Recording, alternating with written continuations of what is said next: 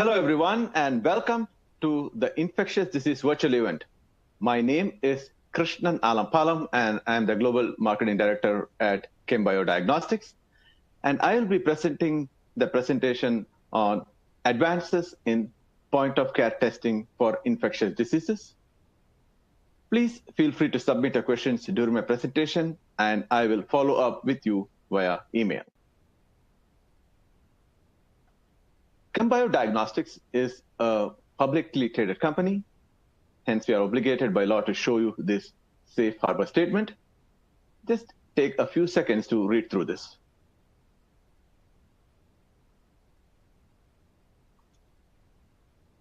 Okay, that being done, let's move on to a very exciting part of this webinar. That is the first part, is the agenda. We'll start off with an introduction to point-of-care testing. Then we'll talk about the current technology that is being used in point-of-care testing, that is lateral flow. Then we'll introduce you to the new innovative technology that is dual platform, also called DPP. We'll talk about the application of DPP technology in point-of-care diagnostics. Here, the applications will focus on infectious diseases. And after that, we'll talk about the new exciting additions to DPP technology. This is a relatively short presentation, so you'll have ample time to ask your question and answers.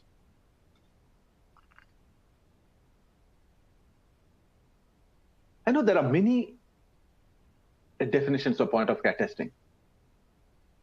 But what is point-of-care testing for us, or how do we look at it? Point-of-care testing is an investigation that takes at the time of consultation with instantly available results so that the physician can make immediate and informed decisions about primary or patient care. Where does it happen? Most often, it will happen in a physician's office, in urgent care clinics, walk-in clinics, in pharmacy clinics, hospitals, like in the emergency rooms, or in the triage center, and in mobile clinics or field tests. If you look at the first group, that is the physicians all the way up to hospitals, this is a more controlled environment. You're in a room or in a place, whereas the last one is the mobile or the field testing. It is done in a different environment. Sometimes the tests are done in the back of a car, or it is done in a village, in a mobile clinic. So a point-of-care test, the packaging and the design is to make sure that it fits all these environments. Some of the examples of point-of-care testing include blood glucose, drugs of abuse screening, infectious disease screening, such as strep A, flu, RSV, HIV, syphilis, and many more. What are the key features of this point-of-care testing? The key features are, first, it has to be simple and reliable. Because many times, the testing is done not by physicians or nurses, it's just sometimes it's done by caseworkers or social workers. But these people are trained, but certainly they're not, we don't need to be highly educated to do this kind of test. Second is it should be accurate, sensitive, and specific. As you see on the left-hand side, I just showed you an example of SureCheck HIV test. This is a very simple test, and it's very accurate and specific. We have sold more than 25 million tests globally, and the sensitivity is about 99.8, and the specificity is about 100%. So these point-of-care tests have to be accurate, sensitive, and specific. The third thing is it should be short turnaround time, say around 15 minutes, so that the doctors, the physicians can give the results as and when the patients are in their office.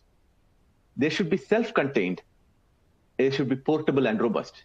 Now, these last 2 points are critical.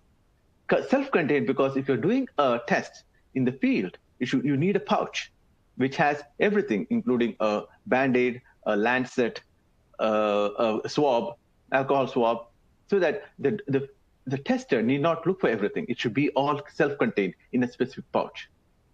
portable and robust, if the pouch is small, the tester can have it in a bag and can easily carry it from one place to another. And robust, it doesn't matter whether it's in the cold or in the hot, or it is in the trunk of a car, where in Ethiopia, where the degrees is 40 degrees Celsius. Even in that situation, this test has to survive and perform well. The other features are multiplexing capability. What does that mean?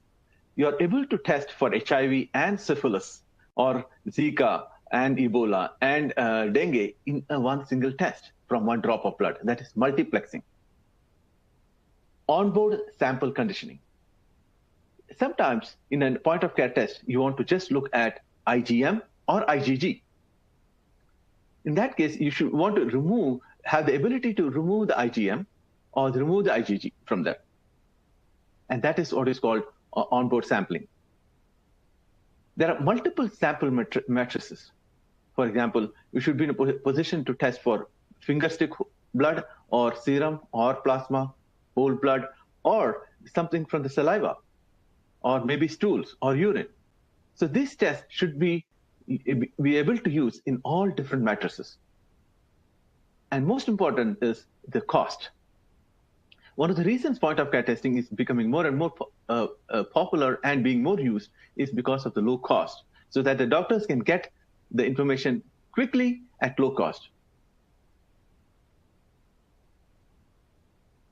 Now, in some of the WHO has also defined certain conditions or certain saying that these are the conditions which a point-of-care testing should follow. One is it should be affordable, sensitive, specific, user-friendly, rapid and robust, equipment-free, and deliverable to end users. And if you take that, it's also, you can call it as assured. As you know, WHO works in mostly in resource-constrained settings, like in African countries or some of the rural areas, to contain epidemics. So for them, the point-of-care testing has to follow basically this specific pattern.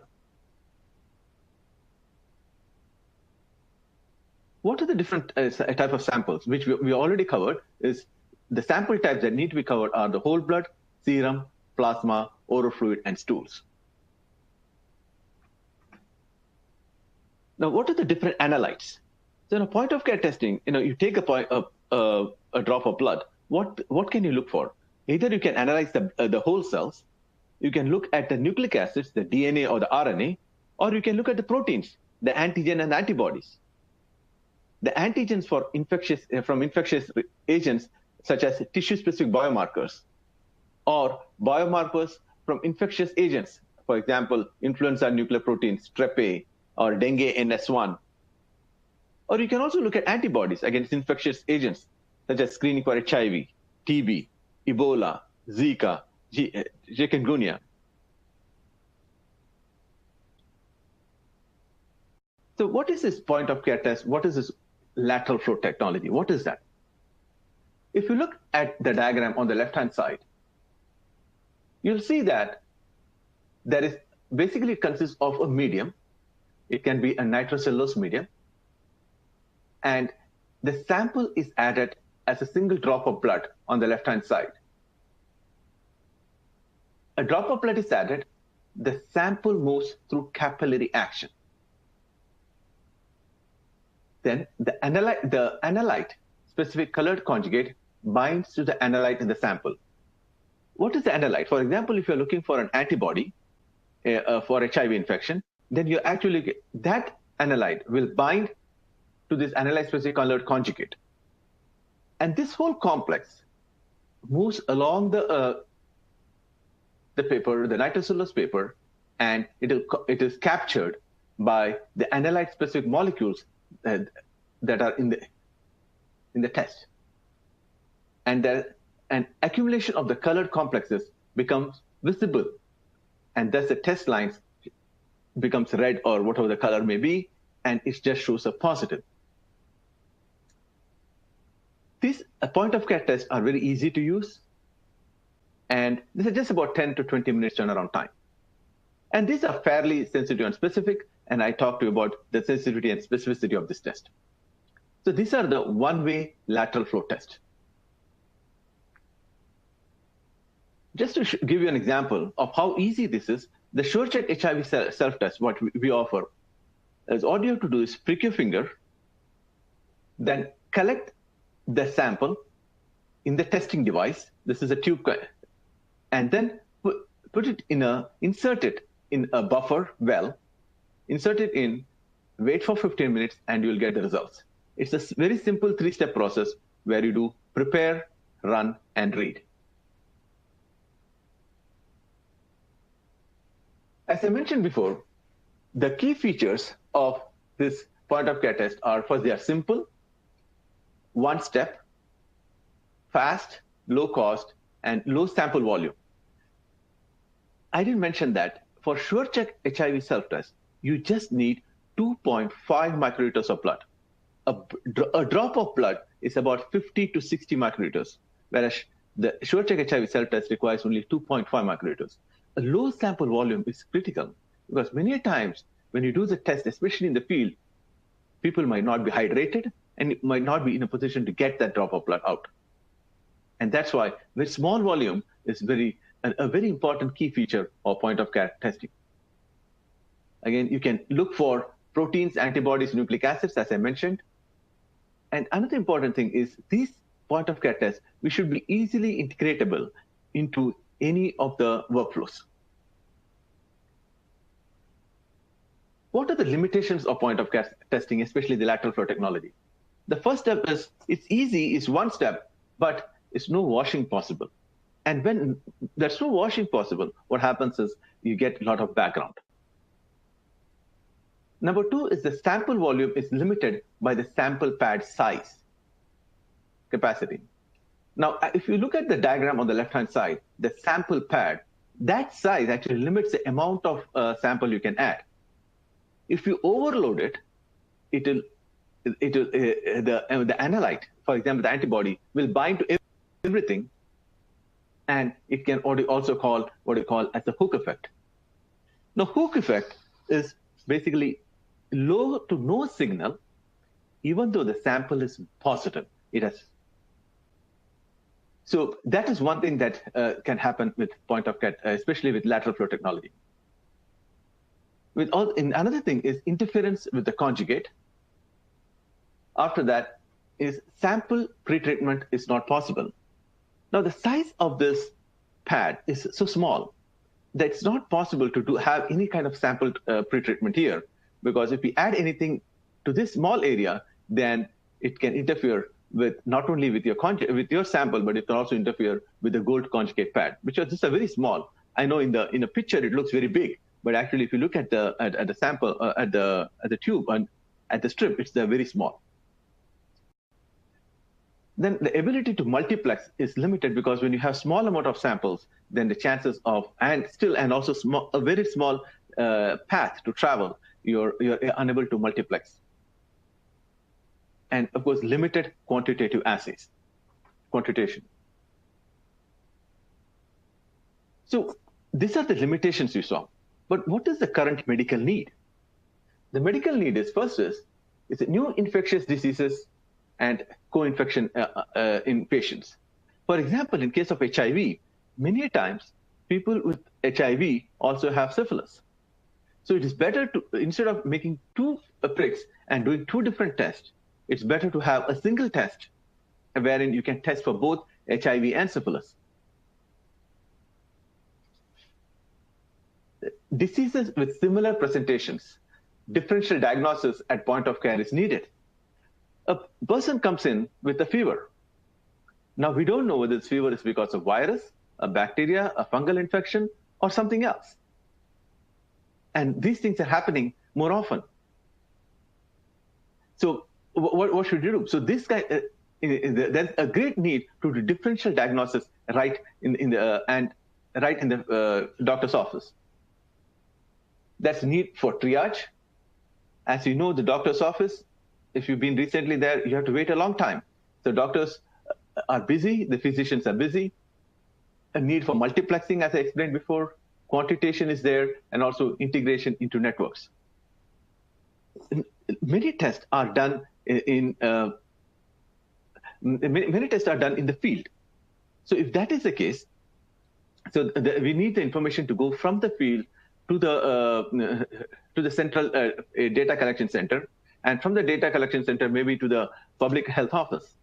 So connectivity is very critical, and this connectivity is of course done between the test to a cell phone, and from the cell phone it goes to the wherever other data collection centers.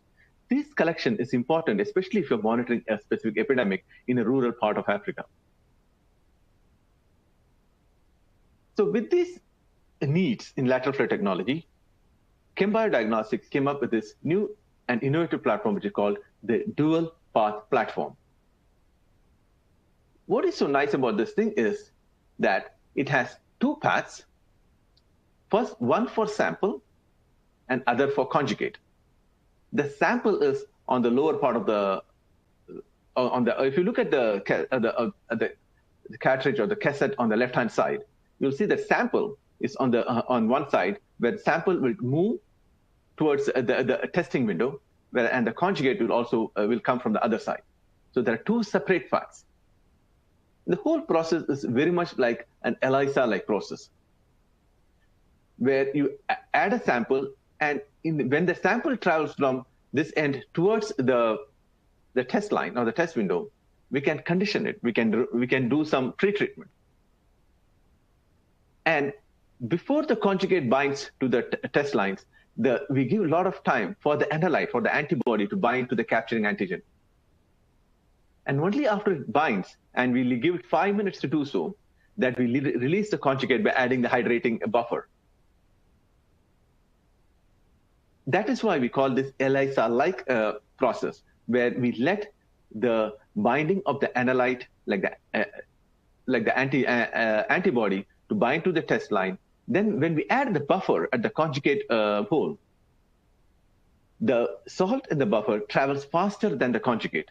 And that's why it first washes off all the non-specific bounded proteins and before the conjugate comes and binds to the test line.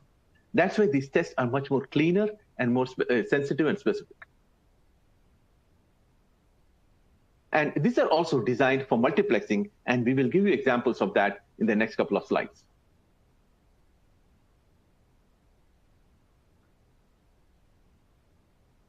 What are the advantages of the dual path platform?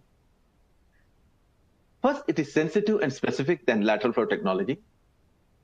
There is no unwanted interactions between conjugate and the sample. There's no hook effect. Then it works with multiple sample matrices. For example, it works with oral fluid, blood, serum, plasma, and stools. Also, we can do pre-treatment of the samples on the sample strip. And we'll give you an example of that later on in this presentation. And also multiplexing. We can do multiple tests in one operation, and we just need one sample, one drop of blood, and the turnaround time is the same, whether you do a single test or 5 tests. The turnaround is just about 15 minutes. So far, what I did is I talked to you about all the great features of DPP. But how does it perform in the field? So the first paper that was published in Journal of Clinical Virology, where we did a multi-center performance evaluation of DPP HIV-12 assay for the detection of HIV antibodies in various HIV testing algorithms. The goal of the study was to evaluate the performance of DPP HIV assay in oral fluids and fingerstick blood in 2 different countries. One is in Nigeria and other is in the US. And then compare the results to DPP HIV-12 test. This study basically contains about 642 participants from Nigeria, which includes people with high risk, low risk, and known HIV positives.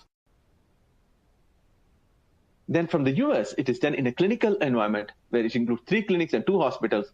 We did 2,779 participants, 2 years and older. Again, it also includes high risk, low risk, and known HIV positives.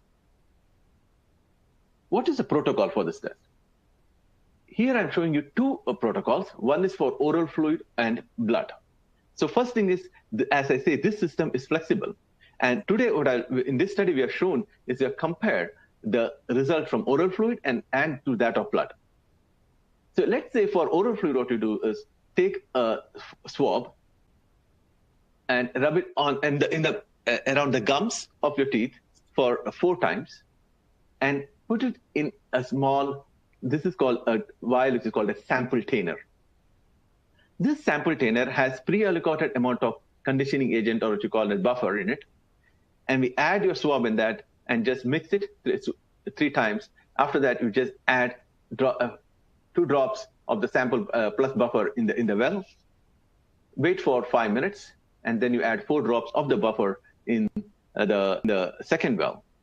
And then wait for 15 minutes, and you can read your results. Similarly, if you're using for finger stick blood, all you do is a simple loop. Take one loop of blood, put it in the same sample tainer, and then the process is the same. First is you see the robustness. Second, you see the flexibility of the system. If you have a patient coming in and says, I don't want to do a finger stick blood, you don't have to look for a new test. This test, and you can just say, okay, let's do the oral swab, and vice versa. And there's one more advantage of the sample tainer, which I will address in the later. Let's look at the performance. How did this test perform in the test in Nigeria? On the top, there are 3 rows here. The first row basically talks about DPP test using oral fluids. Second row talks the results from the finger stick whole blood, and third one is the standard test. We are comparing our results with a standard standard test in the field. If you look at the sensitivity of the DPP in the oral fluids, it is about 100%. If you look at the finger stick blood, it's about 100% too. If you look at the specificity, it's 100% for oral fluids, and it's also 99.5% for the finger stick blood. The first thing it shows is that the results, the sensitivity in the oral fluids as well as in the finger stick blood is the same, and that also the same place for the specificity too. Not only that, when we compare the DPP HIV test with the standard in the market, which is the determined, we see that the results are equivalent. In short, in Nigeria, one thing we have seen in the Nigeria studies, we saw that the sensitivity and specificity are excellent. Then next, we took the same DPP test and did it on samples which are collected in the US. As you see that, the sensitivity of this test is about 98.9% and about 99.8% for finger stick whole blood. And for specificity, it was 99.9 and 100% with the specificity with finger stick whole blood. Again, as you see, the performance of these tests, either you take in US or in Nigeria, the performance has been excellent. And it's also comparable to perform better than the standard in the market. In short, what it did is that it very clearly showed this test is a high-performing test, and doesn't matter which part of the world you are, either you're in Africa or in the US, this performs test extremely well. In conclusion, we can say that the DPP HIV test can detect HIV antibodies in both oral fluid and finger stick specimen. I talked to you about this DPP sample tainer. This is a bottle where you put either your swab or your loop of blood. What it does is, once you put it inside this bottle and you just shake it, you have the sample in a closed system. So nothing can spill. That's one. Number 2 is, if you want to repeat the test, you still have samples left. That is very important, because otherwise you'll have to go and prick the patient again for the sample. So this is a very important advantage of this sample tainer system that's a part of the DPP testing system. Okay, so far what we did is we did a lot of talking about the DPP testing, and most of the time I talked to just about HIV testing or a single testing. But there are other needs that we talked about. We said that we needed multiplexing, we needed onboard sampling, conditioning, and we also needed the multiple sample matrices. Now, in the next couple of slides, Paul will take through to the very interesting studies that which showed how the DPP technology performs well in all this, in detecting all these different disease conditions. Go ahead, Paul. Hello, everyone.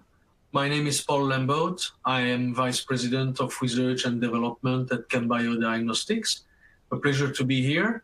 And I'm very happy to introduce you to additional features of proprietary DPP technology.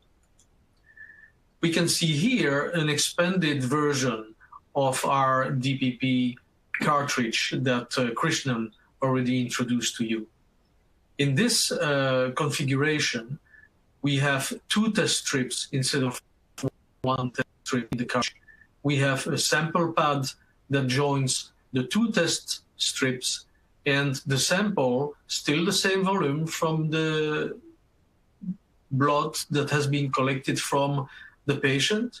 The sample is added in the buffer 1 well, and is then split between the 2 strips, one on the top, one on the bottom of the drawing that you can see in front of you. So a direct advantage of this expanded configuration is that it allows us to test more analytes from a single sample. Because the test is multiplex, we can have several analytes on the top and several analytes in the bottom. And also another advantage that we discovered is that the sample can be pre-treated in different fashions, depending whether it's going to the top strip or to the bottom strip. For instance, if you want to analyze IgM in the top and detect IgGs in the bottom, you can put some pre-treatment solution that you dry on the sample strip, and that will remove IgGs on the way to the IgM analysis, and do the opposite in the other direction. So again, you can see here that the fact that we are using a separate sample path to direct the sample to the capture zone is a real advantage of this DPP platform, by allowing us to remove red blood cells and to condition and pre-treat the sample before it reaches its destination. Here, I'm going to talk for a few minutes about yet another extension of our technology. The portable and digital reader that you see is very small. It measures 4 centimeters, weighs 40 grams, can hold in the palm of your hand, and yet it is as sensitive and performing as any other lateral flow test reader on the market. It is a reflectance reader, and as a reflectance reader, it reads the light that is reflected from the test strip onto the CCD array after the 2 green LEDs light the strip. The pixels on the CCD array will collect the photons reflected and count them and issue a value of reflectance that is inversely proportional to the number of photons collected in the pixels. So using the reader allows us to have a quantitative application to our technology. In the example that you see on this slide, we calibrate our system. So we have now a correlation between reflectance values and concentration of analyte in the sample. The results can be expressed as a number. For instance, in this case, 30 nanograms per mil. That would be the concentration of the analyte of interest in the sample. And the results can also be reported in a qualitative way if we use a threshold in our interpretation algorithm. Above the threshold, the result can be called positive. high, low, reactive, whereas under the threshold, the result can be interpreted as negative or low or non-reactive. So using the reader provides another dimension to the lateral flow technology that Chembio is commercializing. We didn't stop there. We have also fitted our optical analyzers with the possibility of connecting. Connectivity is a keyword today. Everybody is connected. We are connected through iPhones and computers. And we have done the same with our readers. Our readers is able to connect through Bluetooth, and therefore a result that has been obtained on the reader can be printed directly on the Bluetooth printer. The reader can transfer the results through a PC or to an iPhone or a cell phone.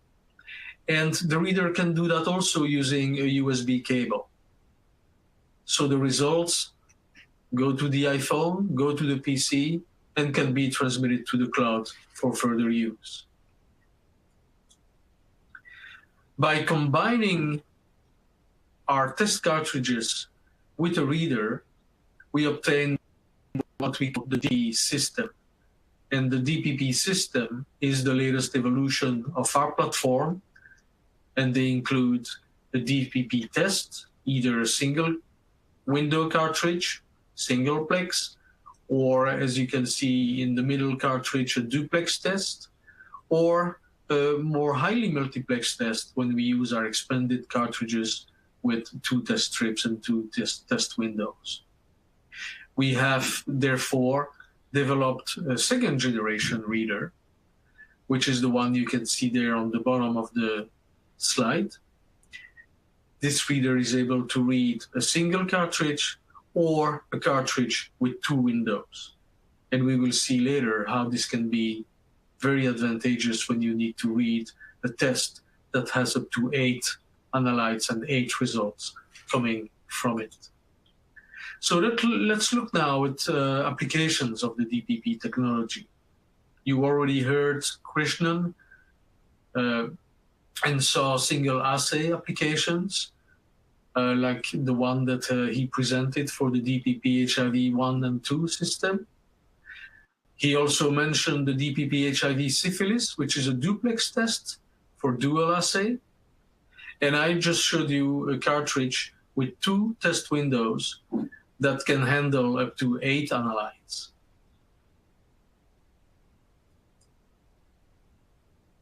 If we look at single assay applications, the DPP Zika assay, the Zika IgM system, is the world's fastest Zika test. It is the first rapid lateral flow test that was approved by the FDA under emergency use authorization for the diagnosis of Zika IgM in patients' blood. It's a 15-minute test that works like Krishnan presented to you before. 3 simple steps: prepare the sample, run the test, and read the result.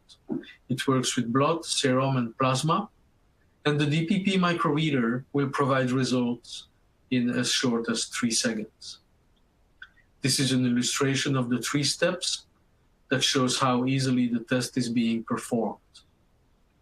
And on the slide here, we can see how the test is being interpreted. The reader includes an algorithm that is assay specific and is stored on an RFID chip. This chip can be on a separate card, or this chip can be integrated into the test cartridge, so that when the cartridge is presented to the reader can immediately know what kind of assay is on the cartridge and how it's going to interpret the signals that the reflectance will give it. So in this case, for instance, the results that are read to interpret the DPP Zika IgM test will be seen as Z for Zika, IgM because it's reading the IgM signal. Then it will show a number.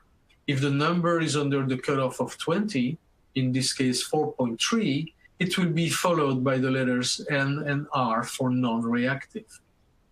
And if the assay is positive, the signal will be higher than the cutoff, and the result will show, in this case, 230 and R for reactive.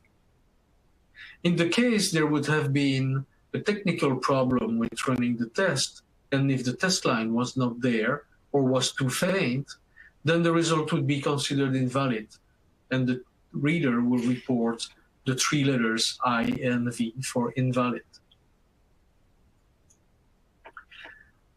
The DPP Zika IgM system, as I said earlier, is the first rapid test that has been approved for emergency use authorization by the FDA.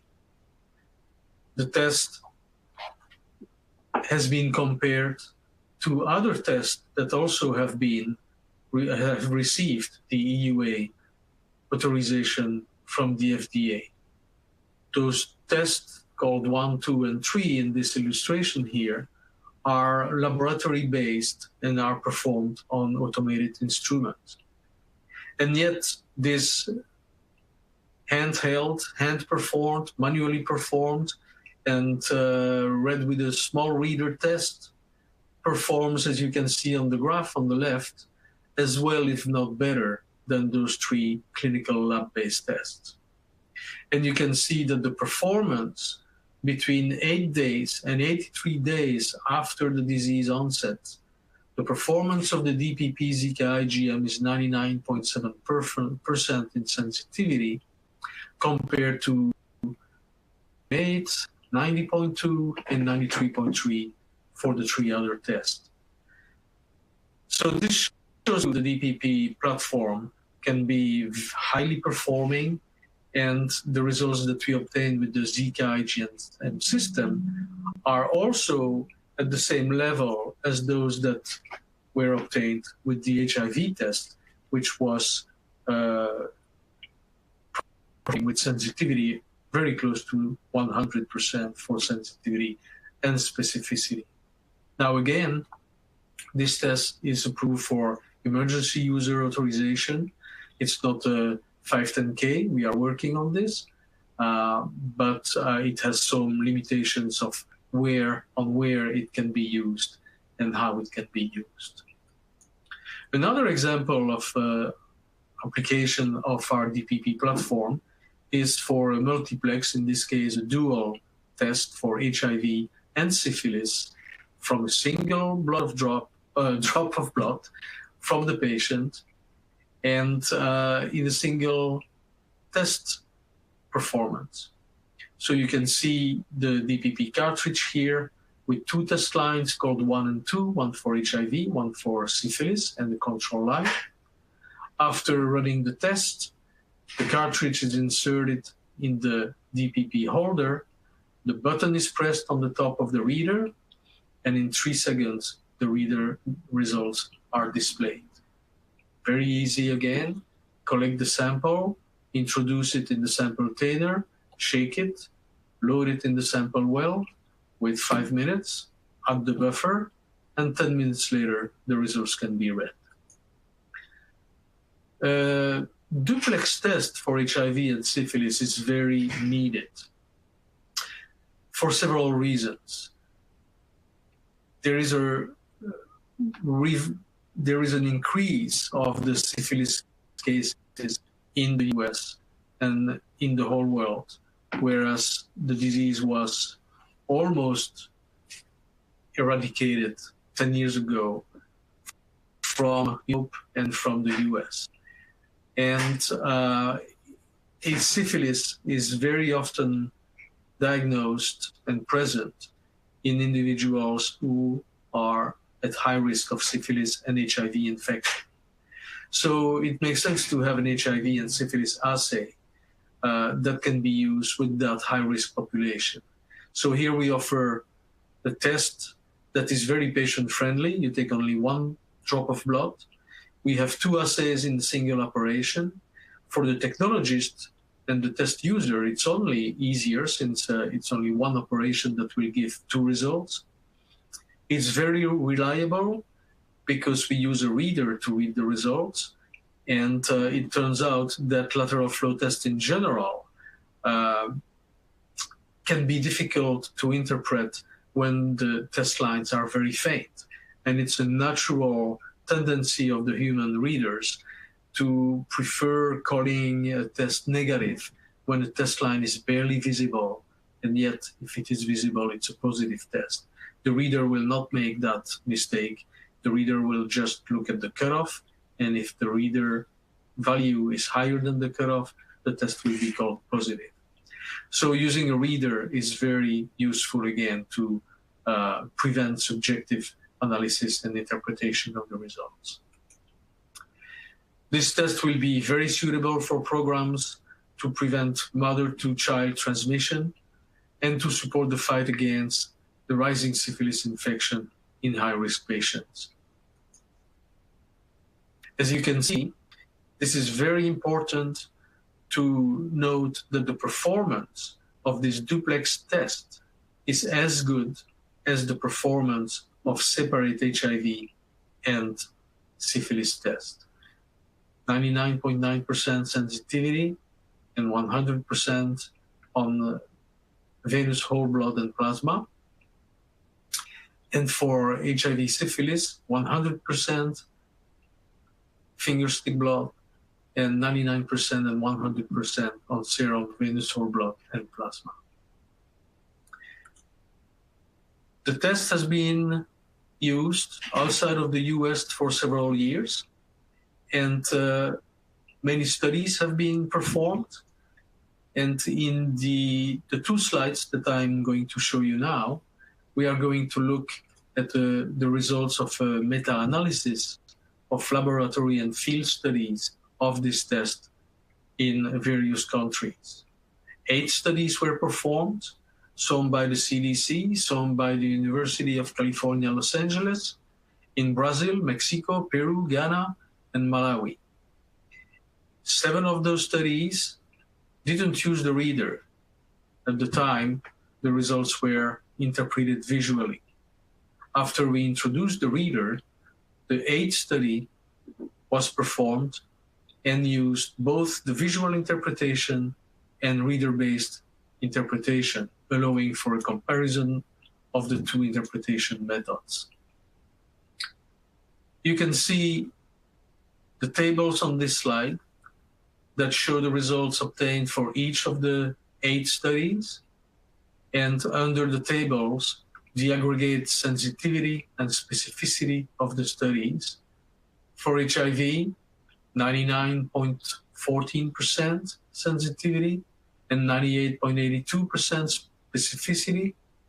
And for syphilis, 96.24% sensitivity and 99.59% specificity.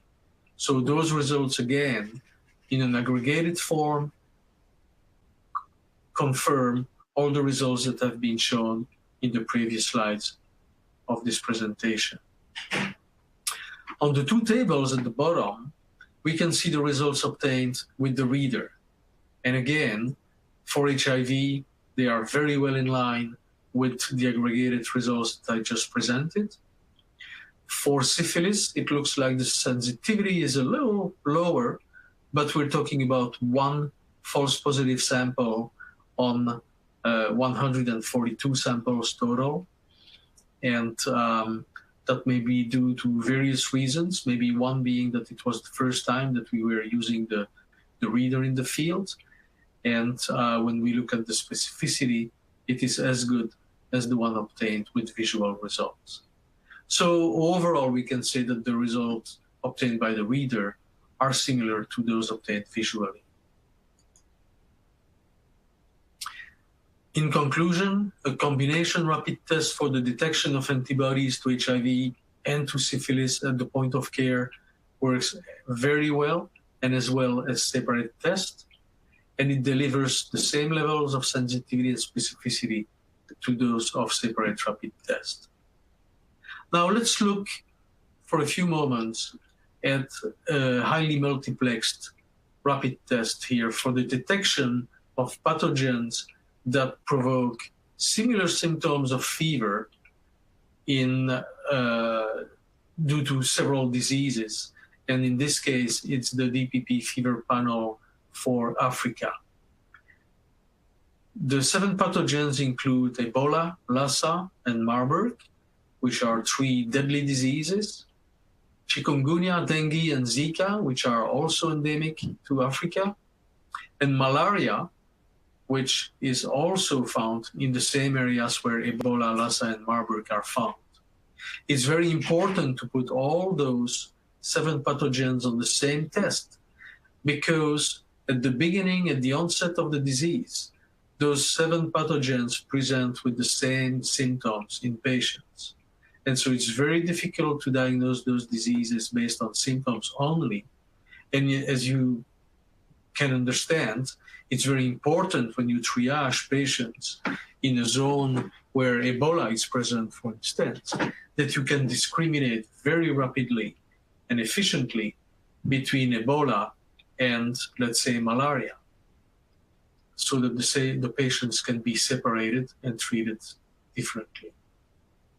The results will be interpreted with the DPP microreader to provide an objective read of the result and avoid any misinterpretation by the users. And also because when you have a cartridge with a number of test lines on the same strip, you want to be sure that there is no transcription error by reading multiple tests from multiple lines that are close to each other.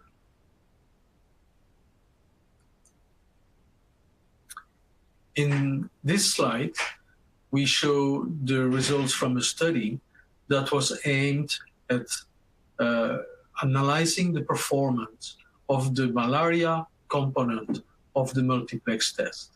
We have made several studies, and during each of the study, we analyzed separate analytes, like Ebola, for instance, and malaria. So in this case, we see the results from a malaria study, which took place both in Africa and in Peru, in South America. And you can see on the table on the right that the 2 components for malaria, the HRP protein and the PLDH analyte, give as good, if not better, performance as those obtained with WHO pre-qualified malaria rapid diagnostic test. 98.6% of the samples were detected by HRP2, and for PLDH, which we know is a lower performing analyte, we were very close to 80% performance. We are working hard on creating more applications of the DPP technology so that those assays can be used in the field and can be used on millions of people who need them in the areas where malaria, dengue, Zika, chikungunya are endemic. And you can see here several examples of the expanded format with the 2 test strips, or the single format on the bottom line. You can see examples of DPP Zika test, looking for IgM presence on the top window and IgG presence in the bottom window. Same for dengue or chikungunya. And on the right, you can see a cassette that includes the 3 DPP, Zika, chikungunya, and dengue IgM and IgG detection tests. On the bottom, you can see antigen test. So in this case, we're not looking at the IgM presence or IgG, but the antigens to Zika, dengue, and chikungunya on a single cartridge, or dengue NS1 antigen, or again, IgM only for Zika, dengue, and chikungunya, or Zika by itself. Each of those combinations has its particularly important field of interest by the various countries and various regions. They can be used in areas where some disease is endemic or where there is an outbreak, or they can be used like the DPP Zika, dengue, and chikungunya combination test for epidemiological studies. So, in conclusion, I think that Krishnan and I have presented to you the next generation of lateral flow test, the generation that allows for high performance, high sensitivity, quantitation, connectivity, and multiplexing. And by combining together the power of the DPP lateral flow technology with multiplexing and with the benefit of a reader, we are able to offer to our customers and to millions of patients the DPP system. I want to thank you for being with us today. And if you have any questions, we will feel free to send them to us, and we will reply to you via email. Thank you very much.